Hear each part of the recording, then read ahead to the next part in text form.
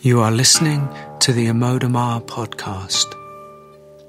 In this series, Amoda explores her essential teaching through conversation and excerpts from interviews and events. To find out more about events and to sign up for her newsletter, go to www.amodamaa.com.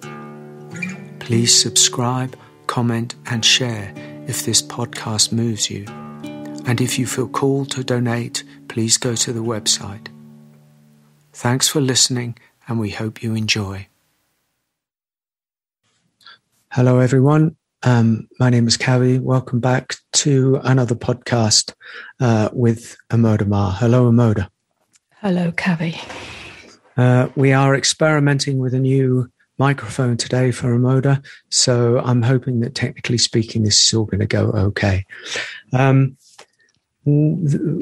We did a podcast a couple of weeks ago, Amoda, The Tantra of Life, it was called, which was a spin-off in a way, inspired by the course that you're currently offering. And it seems as though excuse the thunder, the podcast itself was quite inspiring, and I think it wasn't quite complete in itself in some ways, or else it's just inspired maybe a little bit of an offshoot, a little bit of a deeper conversation between the two of us. And I see also that you've just written a new post in Facebook. So I think we're going to be calling this episode Seeing the Beloved in Everything, something like this. Yeah? Sounds perfect. Okay. So let's start here and jump straight in. The post that you've just written is called Open Your Eyes, and the subtitle is really Only Eyes That See the Beloved Can See Truth. So I'd like to invite you to read us the post that you've just made, and then we're going to improvise around what is stirred up in us both from that post and see where we go. Okay? Okay, that sounds wonderful. Only eyes that see the beloved can see truth. Mostly in the conventional paradigm, eyes are narrow-focused, object-focused, landing on the boundaried nature of things. In this way, we see differences, we see contrast, we see division, we see opposition. This is the myopia of the matrix. It keeps us caught up in the web of illusion that expresses itself as opinion and argument and the duality of me and other. Eyes that have stopped being turned out towards things, eyes that have turned inwards to rest in consciousness, eyes that are soft-focused and open, see beyond boundary to the wholeness of things. Eyes that rest in consciousness are no longer myopic portals for the separate me-self, but have merged into the totality of being. It is a merging of self into life, a merging of self into the beloved. What is this beloved? Well, it is everything. When we see clearly from the vastness of being and into the vastness of being, the beloved is neither a thing, nor a person, nor an entity.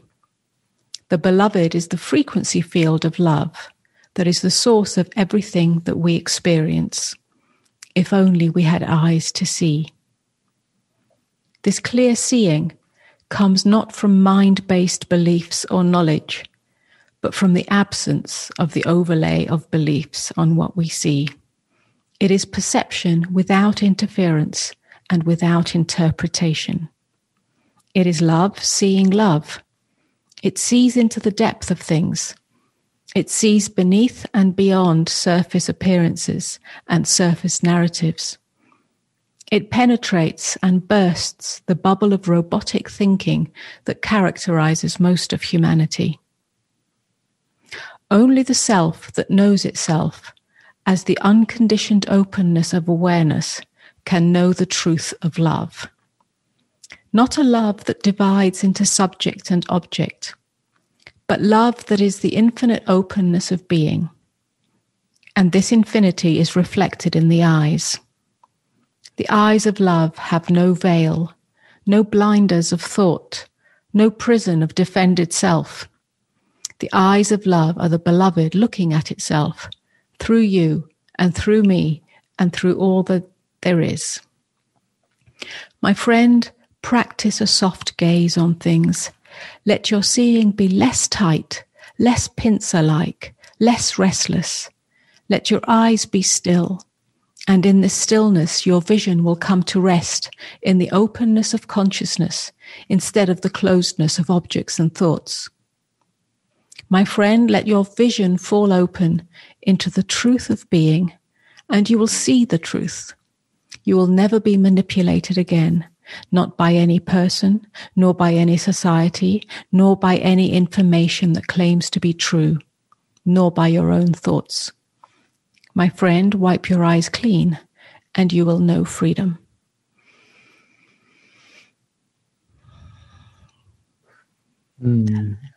Wow. Oh my. And of course, I've seen a couple of spelling mistakes in that, so I'm going to go back and edit those. Do you think, I did see one earlier, but do you think it's possible that we could just focus on the podcast, and then you can, of course, get back to the edit? I know these things happen fast. Yeah, when it comes, you just kind of write it out, and then sometimes you have to go back and edit. It's not the spelling mistakes that I'm concerned with here. It's the depth of the message. It's the depth of what you're actually pointing to or inviting people to. It's as I said in a podcast quite a time ago, it's quite radical. It may stir the soul and speak to a deep place within us. But let's really look at things. It's radical in the sense that what you're really saying you're saying many things, but you're saying that we are conditioned into seeing through the eyes with a focus. That is both necessary, but is not the only game in town. Is that right? That we're zooming in all the time. We're subject orientated. And object orientated. I actually meant object orientated, but it comes with the same package. Is that not a natural occurrence of being born into the world that we have to navigate? Because if we were looking from the open vista of soft gaze, let's say, without any object definedness in it, then we're going to have problems driving. Yes and no, in the sense that, yes, we do need to have the physiological and psychological capacity, they go hand in hand, to zoom in on objects so that we can cross the road, drive, do our shopping, relate with other human beings, and so on and so on.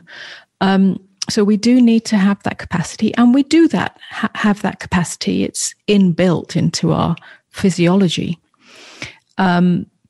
The problem, if you like, or the sticking point, the place where we get stuck on, is that becomes the be all and end all. And in that, we are caught in the matrix of form. Yeah, we are caught in the matrix of thought, because how the eyes function is directly related to our thinking. Yeah. Or to our identification with thoughts. Yeah, when we're identified with thoughts, with the narratives in the mind, then the eyes are related to that. They will move in accordance with those narratives.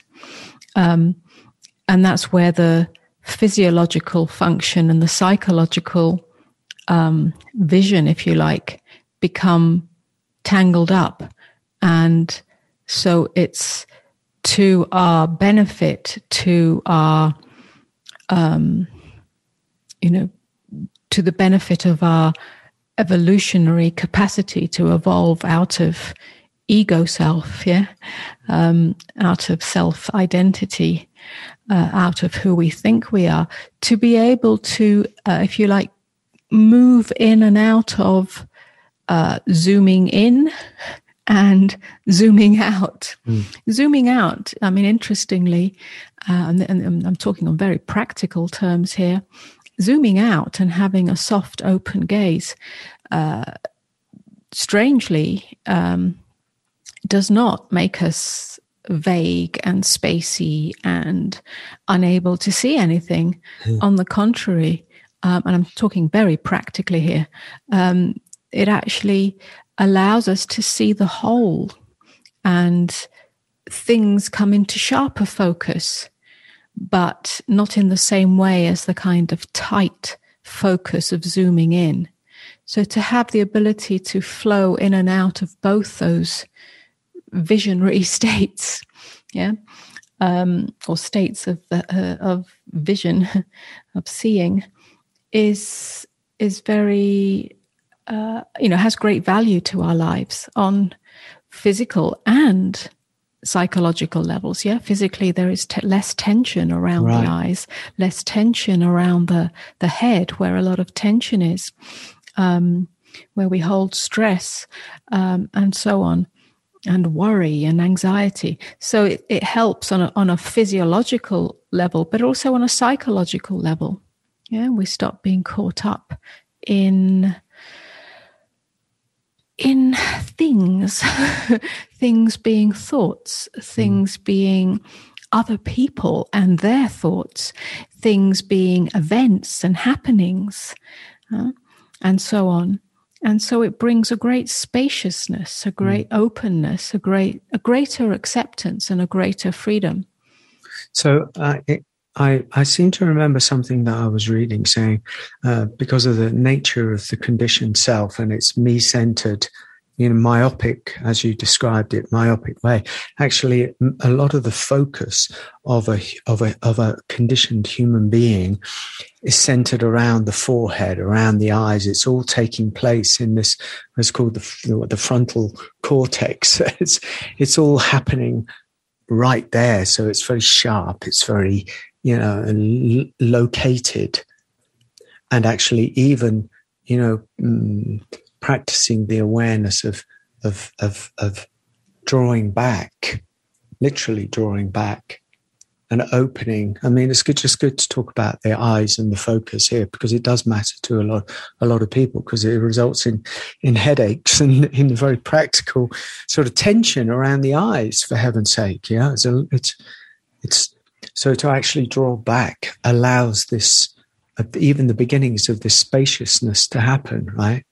Yes, I mean, I often talk about becoming aware of awareness. Yeah. And most people I speak with on that topic, or, using that pointer, struggle with that or become confused. I'm going to ask about that. Yeah. Because they're using exactly that which you're speaking of, the frontal cortex or the frontal self, to become aware of something that isn't located anywhere. And that sets up further tension. Oh yeah. So you mean the sorry, I have to say, but it's like the same. And I have this problem with people that I work with. The same self, if you like, that's located in this tight place isn't the same self that can find the spaciousness beyond the beyond. Yes, exactly. So becoming aware of awareness isn't using that limited, locatable self, which is both a physical sensation, felt sense, but also a psychological identity. It's not using that self to become aware of awareness. It's undoing or letting go of or softening that self, softening the limited or boundaried self, which is usually located, as you say, in the sort of front of the head somewhere, because that's where the eyes are as well. So that's what we identify as our self. It is actually the closest portal to the self as consciousness. But when it gets entangled with the limited self, the small self, the me self, then it becomes more of a prison rather than the true self, which is freedom. Brilliant. So I want to come back to that a little bit. Becoming aware of awareness is a letting go of that, is a softening of that, so that you fall back into awareness. And that is exactly because the eyes are the closest portal to the true self. The windows to the soul, then literally softening the gaze facilitates that openness, that open gaze, that wider perspective, that softer, or that softening of the hard shell of ego self. It's literal. So we don't have to go about it looking for true self or looking for awareness through the intellect or through the ego self. It won't happen. But what you said was this falling, the word that comes up time and time and time again in all of the work that we do, in all of the teaching that goes on, and the questions, is the fear of falling. So you've just, we've got a lot to talk about, but just this seems to be all related here. The fear of falling sounds so easy. What you just described in theory, or when you speak to it, it actually almost sounds kind of easy. The soft gaze. Well, I can soft gaze, and I can try and fall. But actually, is it that people are actually so focused, have become trained to be so focused in that area through that vision, that just the invitation to fall brings up all the things that we talk about, the existential terror, a fear of falling without any landing place, etc., etc. Yes. Yes, it does bring up the fear of the self, the small self being undone. The known self being undone. Well, that's what falling is. But just, that very word brings up fear. I mean, who wants to stand on a high cliff and fall? You're going to break a few bones, or you're going to kill yourself. Especially when the further invitation is to not reach out to hold on to anything. Yeah. So we have images and concepts around that. So, we can invite that and unpack it, and we do in the teaching. We talk about what falling open means and so on. But, we can literally practice something very simple and very direct that seems to have nothing to do with awakening out of the ego self, but actually has everything to do with it. And I've reintroduced this practice through the Tantra meditation course. And since I think this conversation is a sort of offshoot of our last podcast conversation on what is true tantra. Maybe we can just explore that a little bit, which is literally using the eyes in a different way, And this doesn't there's no fear in that. We can actually practice it by looking at an object without zooming in on it. Yeah. Noticing the tendency to look at the edges of the object, which is how we differentiate an object from the space around it, and actually noticing how that feels, and then literally practicing the looking at the whole rather than the parts. Yeah? And we can do this with an object, and even more powerfully, we can do it looking into another human being's eyes. Cool. Yeah, or even into our own eyes. Yes, we can do it into our own eyes. And this is a very powerful tantric practice that sort of conventionally is seen as a way to be intimate with another, and so on and so on. Yes, there is an intimacy, and that's one of the byproducts, if you like. But I would like to suggest that that's not its primary purpose. Its primary purpose is to energetically turn vision inwards rather than outwards. And that's how we start to undo the tight shell of ego identity. Yeah. Meaning inwards. Meaning what?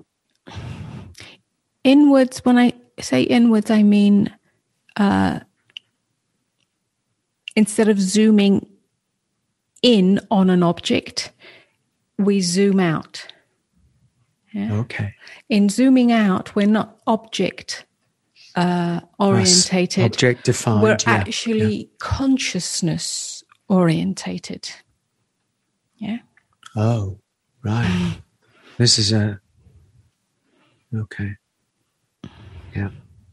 I mean, I know it, but I just want to be clear for people who are listening, who are trying to or wanting to follow the trail of what's being kind of pointed to or invited here. So, the one that's been seen looking at an object on the table here. I've got an object, whatever it is. It's my damn phone, unfortunately. I can identify it as a phone, not just through familiarity, but because I've already unconsciously or subliminally or whatever it is, seen the edges of it.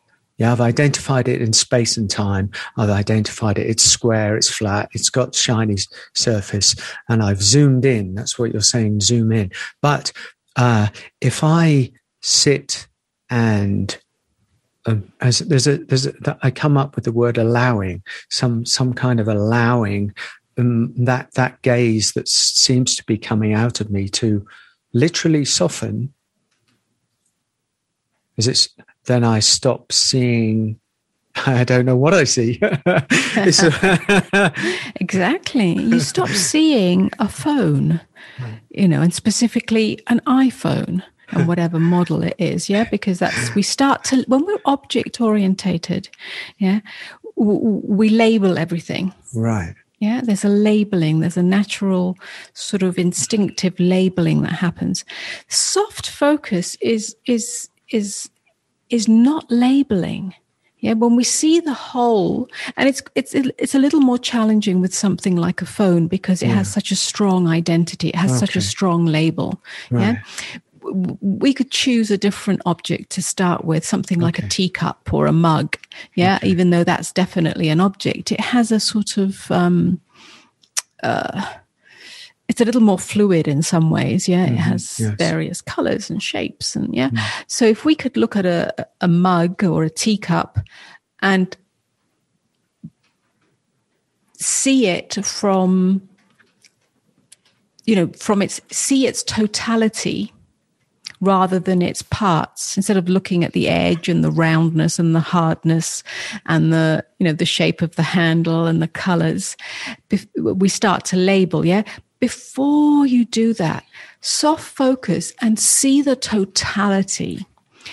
What starts to happen is that labeling takes a back seat. Yeah? It's exactly the same as when we see another human being. Right. Our default position, yeah, the unconscious position, the ego self position, is that we immediately start labeling. It's a man, it's a woman, it's young, it's old, it's someone I know, it's someone I don't know. They're attractive or they're unattractive or they're this or they're that, yeah. And already the labels start, yeah, and the labels can get more more argumentative or more polarized. Yes. Polarized, yeah, and so to see a cup, a teacup, or to see another human being from the totality in you, or to see its totality, labels are harder to impose. They take a back seat. So can I? Am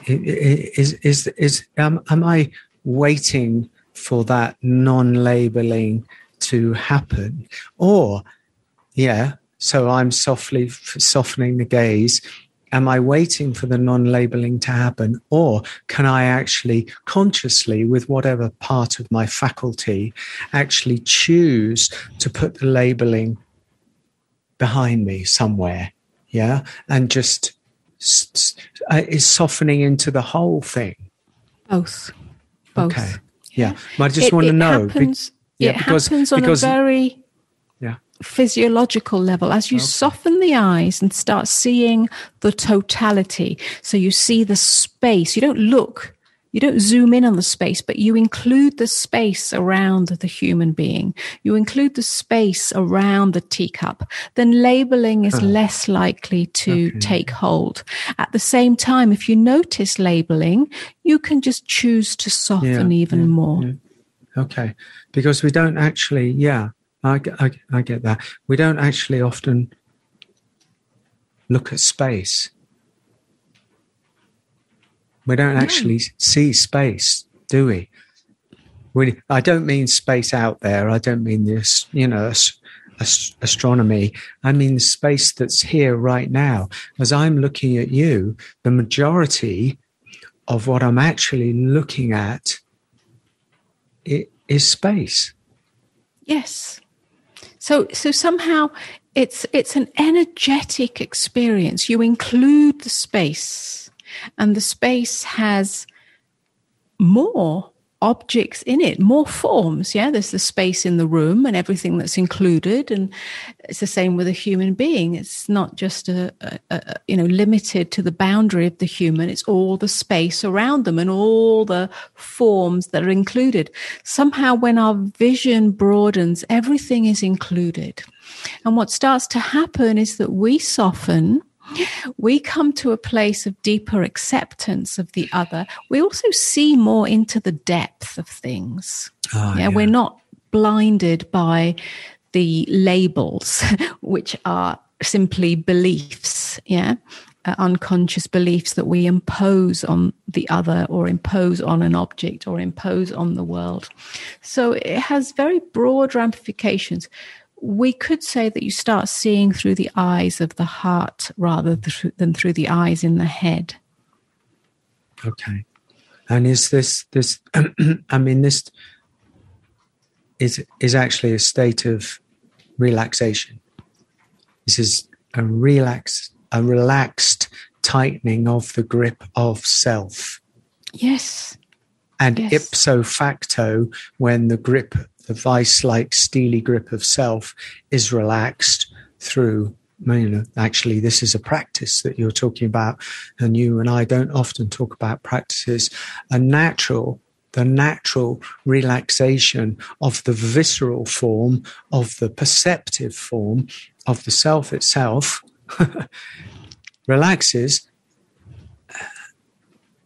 and there is the beloved. Well, yes, it relaxes, which means that the separation between subject and object collapses. Yeah. We're not rooted in separation. It doesn't mean that you you stick to anything in terms of the space between you disappears, because the space is included. Yeah, it's not like you're two magnets and you suddenly come together. But somehow the sense of separation being that the beliefs that we hold that make the other different to us, or make the other, whether we're talking about an object or a person, it's all the other. It makes it less unreachable. It makes it less threatening. It makes it less in opposition to you. It's no longer an enemy. Yeah. And that's really what's meant by the beloved. I mean, that's one meaning of the beloved, is that there's no longer an enemy. The beloved is inside everything.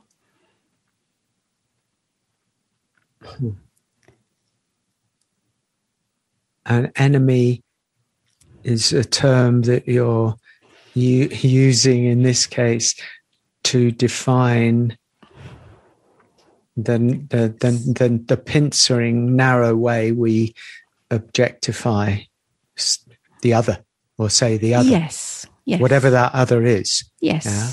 Me here, everything else outside me. Yes. Which upholds that attitude, that way, that belief, if you like, or that perception, upholds the sense of self that needs to be defended. So it is a deep relaxation, and relaxation is at the core of the tantric way.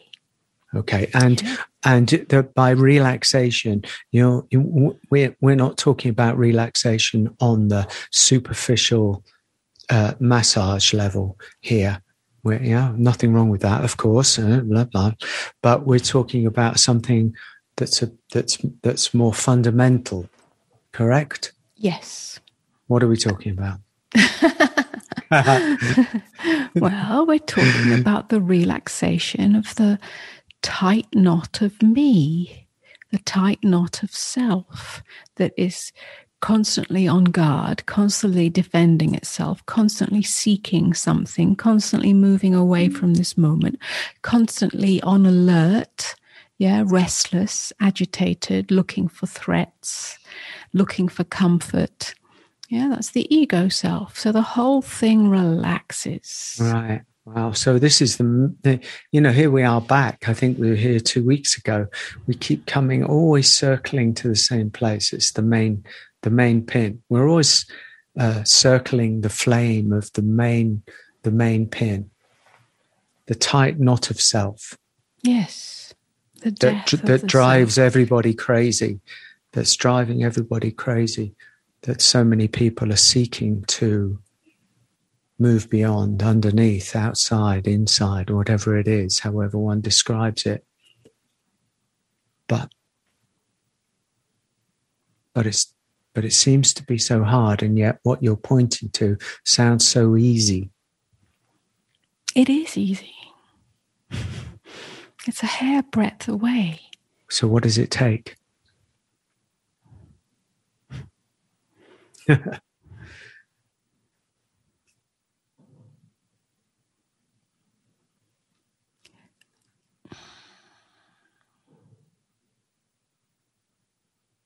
Well, it can't be done from the self. It takes the undoing. The undoing again, yeah. The undoing of the self, the relaxation of the self, the deepest acceptance of what is here, the seeing beyond me and other. Yeah, I don't mean some kind of new age we're all in this together and we all agree, but simply the subject object defined perspective. Yeah, it just all constructs that uphold a sense of me that needs to be protected, defended, upheld, have a position to stand on, simply come tumbling down. It's both easy and difficult, as all Yes, it is, truths are. It's a hairbreadth away and it's easy, but it's also seemingly very difficult because the old momentum, the egoic momentum, is ancient, and has a certain tenacity to it. But once it's seen, well, there can be a collapse in the moment, and that's all it takes. There was a scene in The Matrix. It was one of the very first scenes when Neo had been unplugged and he was being shown the nature of the Matrix, of how it works, and he was being challenged and invited to learn how to navigate and move within the Matrix. You remember they had the two skyscrapers, and Neo was being invited to leap beyond the capacity of a regular human being from the top of one skyscraper to the other one. And Morpheus just ran up and went straight over to the other side. And then he pointed to Neo, and it's your turn. And Neo was in that sense, his nervous system, the whole of him was back into the self that believed that it was a long way down, and if he didn't make it, he was going to die. And so he ran with all of his might, trying to do it. Yeah, and he went, and he fell, and he fell, and that was one of the ways that he learned, was that you can't do it from the same mind. You cannot do it for the same mind, and this is an important point in a way, because you can't do it from the same mind. That mind has to be sacrificed. And hence the falling that you're talking about. And hence the invitation to even practice whatever practices there are of the soft gaze. Because in the soft gaze, the nature of the soft gaze really is the invitation to see everything as one thing. Yes, and that cannot come from the belief system. It's not about believing that everything is one. Because that's the same matrix as believing that everything is separate. Yes, it is. It's not about belief. It's the undoing of all belief. It's meeting existence without belief.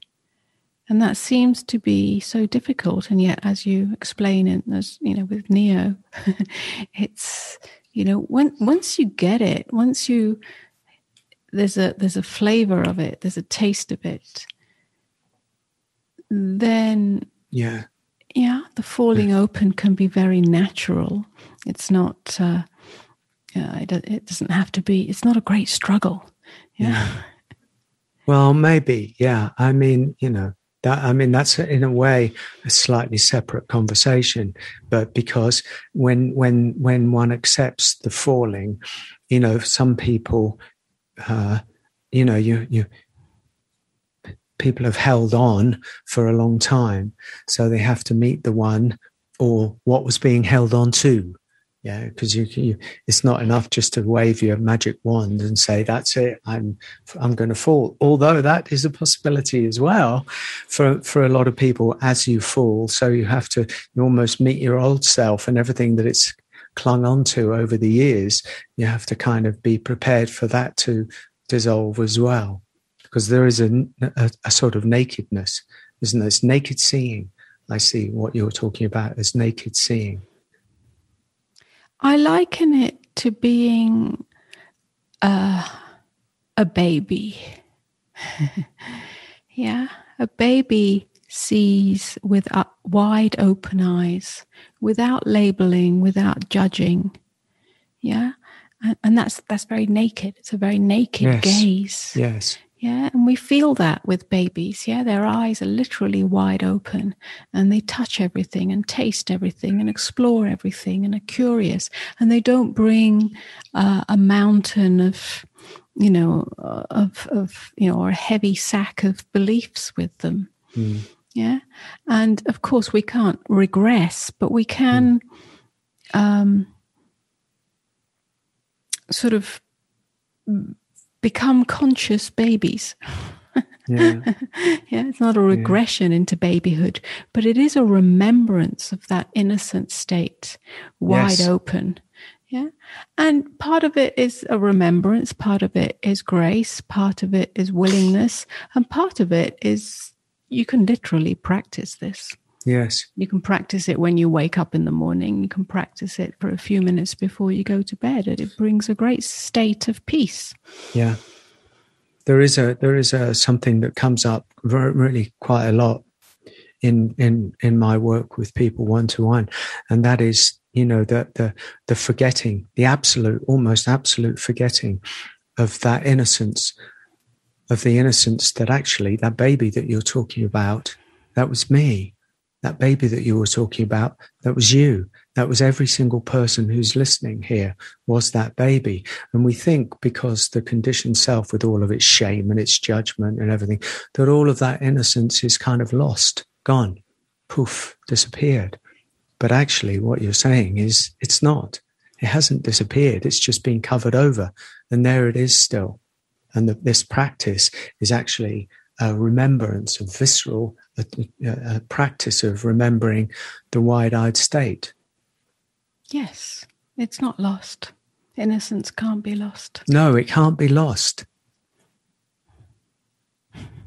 But we become convinced that it can be lost because the beloved is innocence.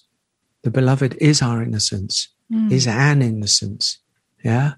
It's not naked and with shame. It's not naked as we assume, oh God, if I go naked, there's going to be shame and I'll have to come to terms with all the horrors and everything. It's not that. It's naked.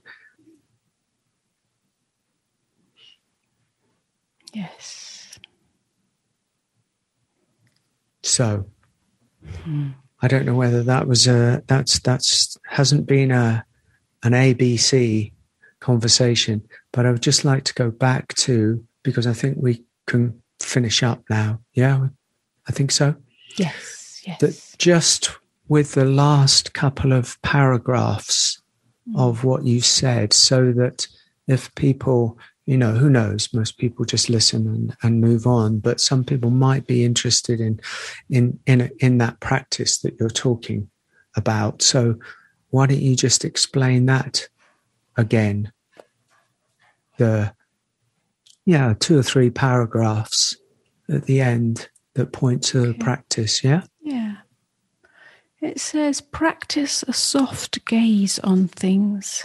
Let your seeing be less tight, less pincer-like, less restless. Let your eyes be still. And in this stillness, your vision will come to rest in the openness of consciousness instead of the closedness of objects and thoughts. So there is a little practice in itself. Yeah, you can literally sit in front of an object. Yeah, choose something. Yeah, preferably not a computer or a phone. A round thing. I think you were talking about a round thing. Yeah, a cup or a bowl or I don't know, whatever, flower or something a crystal or something natural. But it could be an object, a decorative object, yeah? Okay. Yeah. Or a functional object, but just something not so obvious as an iPhone. You've got it in for my iPhone. Yeah. I mean, it could be. I mean, maybe that's a good practice. It's all included, huh? It's all And you can literally just, it's a meditation, but instead of meditation with the eyes closed, it's with the eyes open. And instead of focusing tightly on the object, it's not mindfulness where you're aware of every detail. You just allow the whole, see the totality, and also physically keep the eyes still. Yeah, They can be blinking, but you try not to move the eyes. The eyes are always darting around. Yes. So you relax and allow the eyes to be still. You don't force it. It's not a tight effort, but you do have some conscious awareness that you are keeping your eyes still. And you'll find that the gaze becomes soft and open. And you just find out. It's literally a discovery. You'll find that instead of seeing a thing, most likely you will get a sense of peace. You will get a sense of relaxation. You will get a sense of seeing the light rather than seeing the object. So you have to discover for yourself. But it's a great little practice, even for a few minutes a day. Okay, it is. I remember, because even the practice of softly holding the gaze on one thing and not allowing, without controlling, the peripheral vision to become the distractive force, because I know I have that tendency to kind of think, what's that? And then I'm gone again. You've gone into the distractive self. So even the practice of softly holding the gaze is actually extremely powerful, because you're sending a message to the agitated mind. No, not now, not now, not now. Yeah? Yes. Okay, my love. Well, thank you so much for this. I think the microphone has worked well, I hope. And look out. Thank you, everybody, for listening. Look out for the next podcast. We're hoping that it's going to be not me who's talking with Amoda, but it's going to be somebody else who is going to talk about a different subject, but the same kind of subject that might include a conversation about death. Who knows? We hope so. But otherwise, thank you so much, Amoda. Is there anything you want to finish with? No, I think that was a sweet conversation. Good. Thank you. Okay. As with all these conversations, they could go on and on and on, but we have to draw the line under them somewhere and allow it to be as it is. Thank you so much for listening, everyone. Subscribe if you feel moved to, on Apple or Spotify or wherever you're listening to this. And we wish you a blessed, soft, focused day. And we'll see you again soon, we hope. Okay. Take care. Goodbye.